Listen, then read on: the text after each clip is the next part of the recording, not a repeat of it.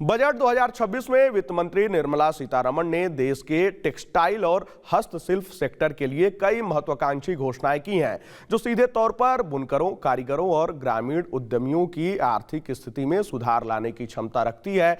Finance minister ने इस दौरान खादी और हस्तशिल्प वस्त्रों को बढ़ावा देने के लिए व्यापक कार्य योजना की घोषणा की। उन्होंने कहा कि सरकार ने नेशनल फाइबर स्कीम लाने का निर्णय लिया है, जिसके तहत रेशम, ऊन, जूट और अन्य प्राकृतिक रेशों के उत्पादन के साथ साथ आधुनिक मानव निर्मित और औद्योगिक रेशों में आत्मनिर्भरता हासिल करने पर जोर दिया जाएगा। साथ ही बजट में textile expansion and employment scheme की घोषणा की गई है।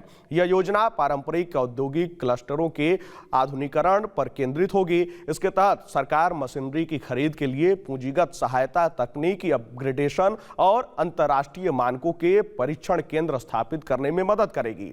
एक और महत्वपूर्ण पहल है national handloom and handicraft programme. यह योजना मौजूदा योजनाओं को एकीकृत कर सीधे बुनकरों और कारीगरों तक सहायता पहुंचाएगी, जिससे उनकी आमदनी और उत्पाद क्षमता दोनों में सुधार होगा।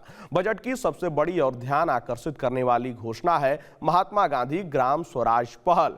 यह पहल खादी, हथकरघा और हस्तशिल्प को आधुनिक वैश्विक बाजार से जोड़ने के लिए तैयार की गई है। इसके तहत शिल्पकारों को भारतीय उत्पादों को अंतर्राष्ट्रीय पहचान दिलाने के लिए मार्केटिंग सहायता दी जाएगी और उत्पादन की गुणवत्ता सुधारने हेतु आधुनिक प्रशिक्षण प्रदान किया जाएगा।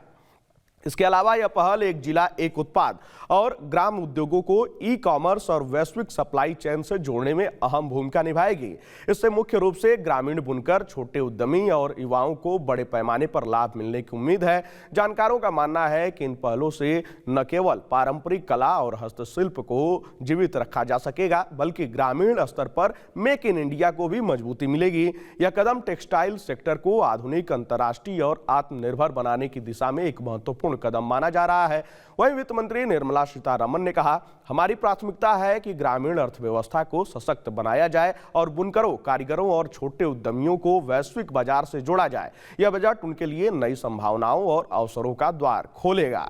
I also propose a scheme for container manufacturing to create a globally competitive container manufacturing ecosystem with a budgetary allocation of 10,000 crores over a 5-year period. For the labor-intensive textile sector, I propose an integrated program with 5 subparts. 1. The National Fiber Scheme for self-reliance in natural fibers, such as silk, wool and jute, man-made fibers and new age fibers.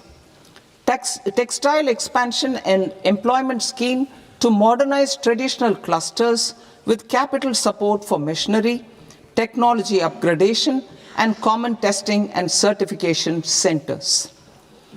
3. The National Handloom and Handicraft Program to integrate and strengthen existing schemes and ensure targeted support for weavers and artisans. Tex Eco initiative to promote globally competitive and sustainable textiles and apparels. Samarth 2.0 to modernize the upgrade the textile skilling ecosystem through collaboration with industry and academic institutions. Further, I propose to set up mega textile parks in challenge mode.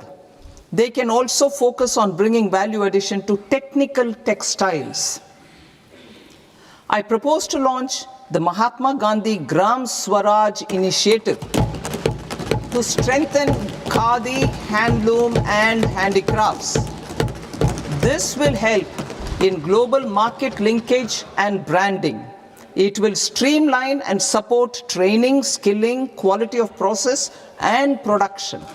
This will benefit our weavers, village industries, one district, one product ODOP initiative and also our rural youth. इस पूरे budget को लेकर आपकी क्या राय है? आप अपनी राय comment box में हमारे साथ जरूर साझा कीजिएगा।